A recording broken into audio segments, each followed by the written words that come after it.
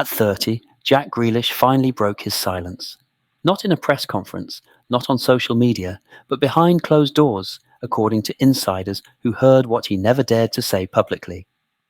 The English star, once hailed as the face of freedom and flair, has reportedly revealed the names of 5 figures who, in his own words, changed everything. 5 relationships that left scars deeper than any tackle. 5 stories the public was never meant to hear. Why now? Why speak out at a moment when his career should be secure?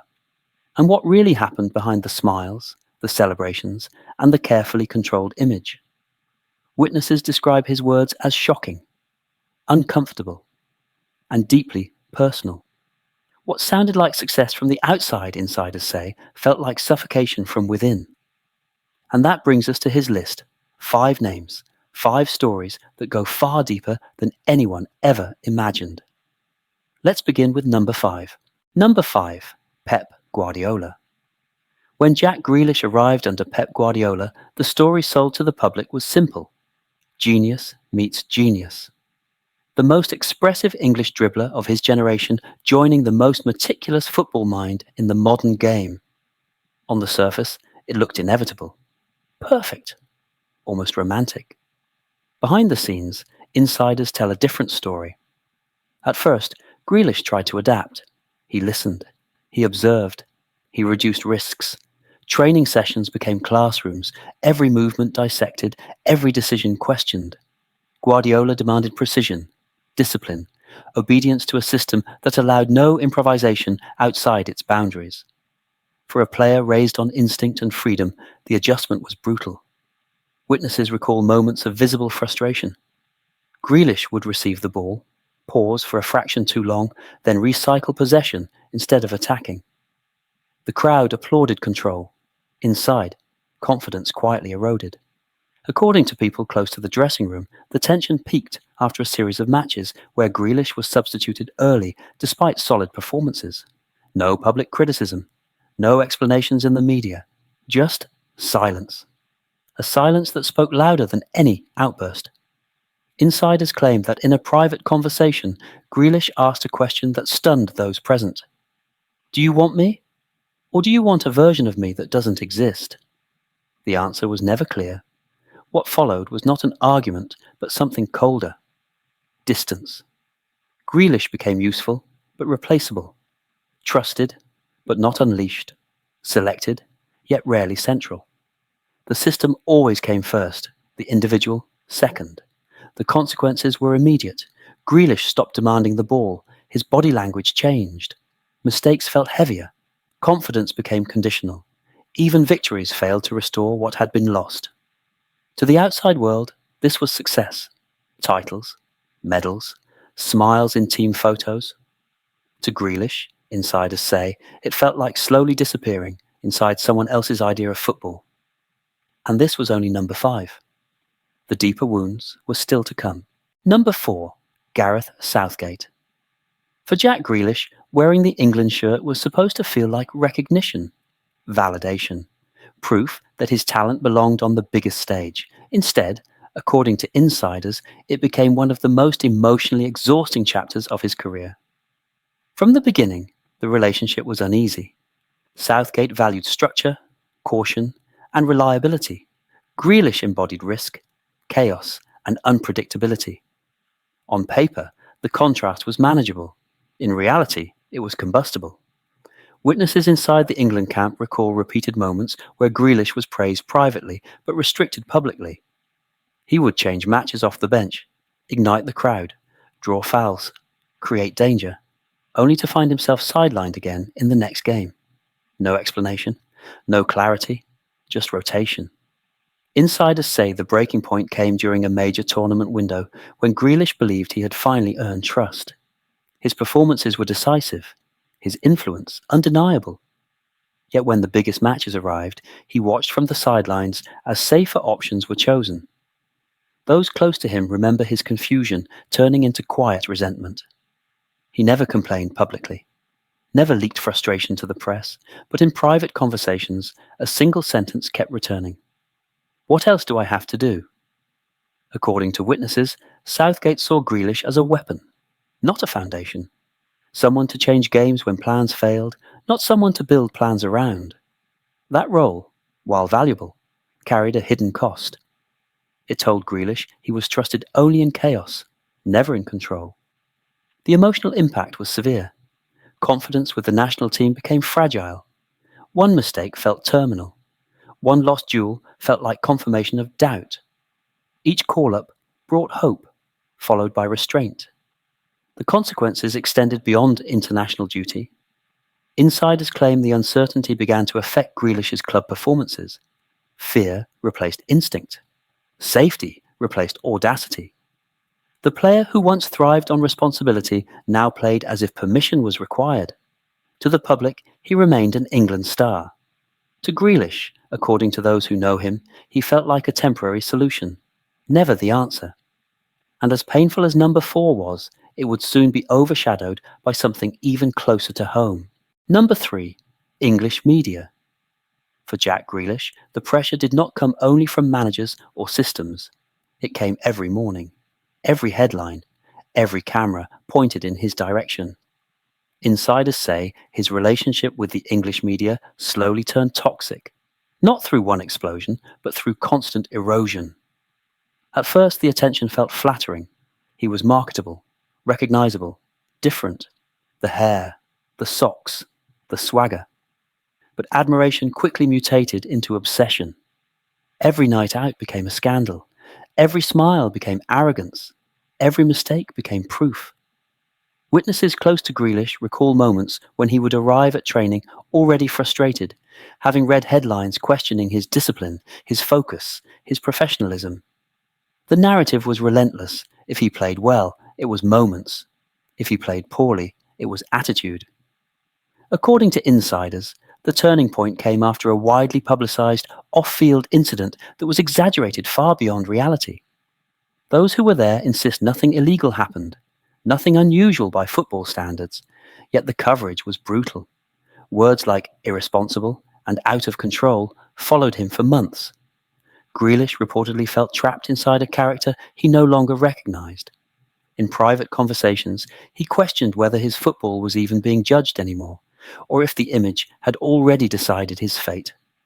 Witnesses say he stopped trusting interviews, stopped opening articles, stopped believing praise.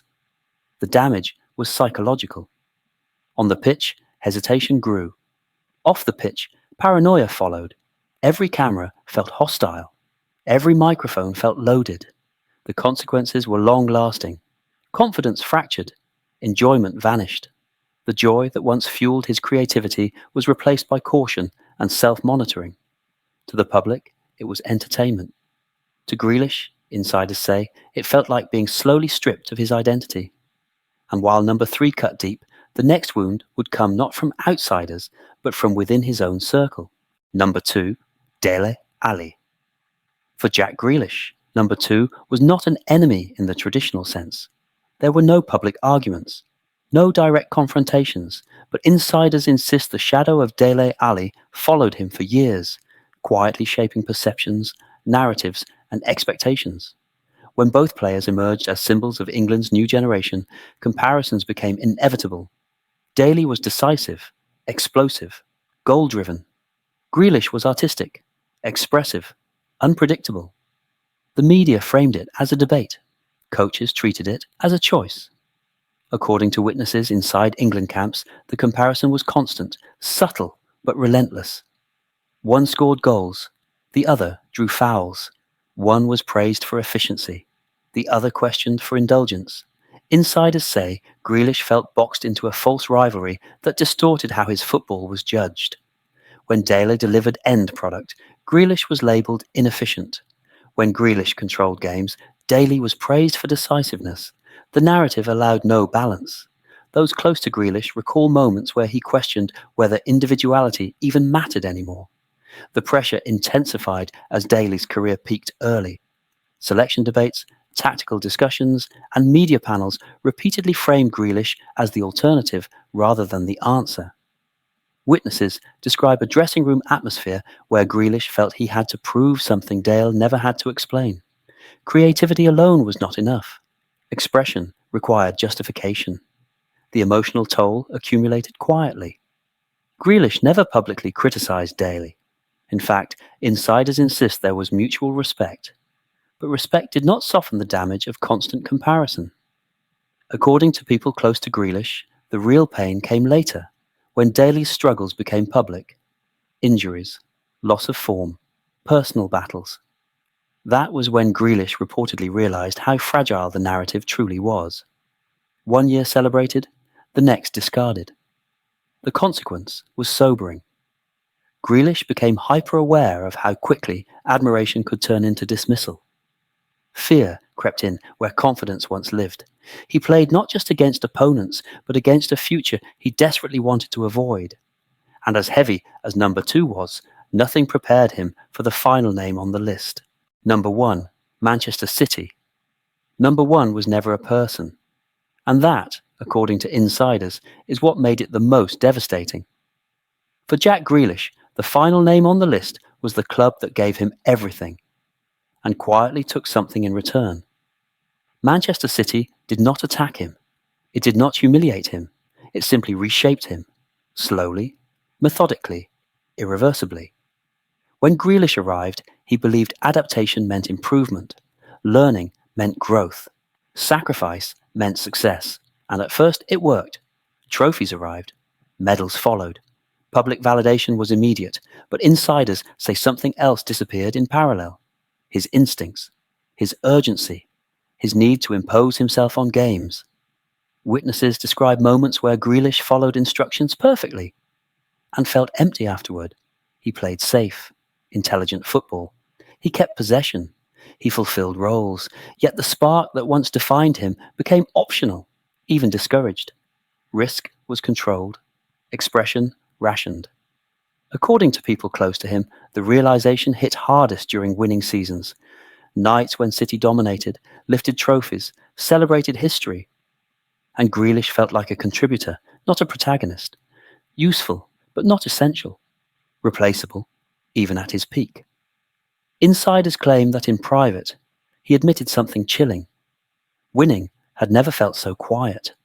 The roar was external. Internally, there was distance. He had achieved what most players never will, yet questioned whether the version of himself doing it was real. The consequence was identity fracture. Confidence became conditional on approval. Creativity waited for permission. Mistakes felt unforgivable, not because of results, but because they challenged the system's trust. Grealish did not fail at Manchester City. He survived it. And that, insiders say, is the most painful truth. Success did not break him. Adjustment did. The cost was invisible on the scoreboard, but permanent in the mind. And when the list ended, silence followed. What shocked those closest to Jack Grealish was not anger or regret, but something far colder. According to insiders, the real twist came during a private moment late one night, long after a decisive win, when celebrations had faded and cameras were gone. Grealish reportedly admitted that for the first time in his career, he no longer recognized the player in the mirror. Witnesses say he described success as technically perfect, emotionally hollow. The revelation stunned those present because it contradicted everything the public believed. Trophies had not healed doubt. Applause had not restored freedom. One insider claims Grealish quietly said that losing with responsibility at Aston Villa felt more honest than winning without identity at the very top. That sentence never reached the press. It never could. Because it exposed a truth modern football refuses to confront. That achievement can coexist with emptiness. The twist was not betrayal, or conflict, or scandal. It was the realization that the greatest danger was not failure, but adaptation taken too far. And once that thought settled in, insiders say, Grealish understood something terrifying. You can win everything and still feel like you lost yourself along the way. The aftermath of Jack Grealish's story is not written in statistics, but in restraint. To the outside world, he remains a serial winner, a Premier League champion, a symbol of success inside one of football's most dominant eras. Yet insiders insist the real consequence lives beneath the surface. Grealish today is more cautious, more selective, less spontaneous, The scars are subtle, but permanent. Relationships once built on trust now require reassurance. Confidence, once instinctive, now demands proof. According to those close to him, he is still searching for a balance between obedience and authenticity. Whether that balance will ever fully return remains uncertain. What is clear is this: his journey exposes a brutal paradox of modern football. Systems reward efficiency, but often punish individuality. Structure creates trophies, but sometimes erases identity. Grealish did not fall. He did not self-destruct. He adapted, and paid a price that cannot be measured. His story reminds us that behind every polished highlight reel, there is a quieter battle no crowd ever sees. It shows that fame often casts longer shadows than the public imagines, and that sometimes the voices buried deepest belong to those who seem the most successful.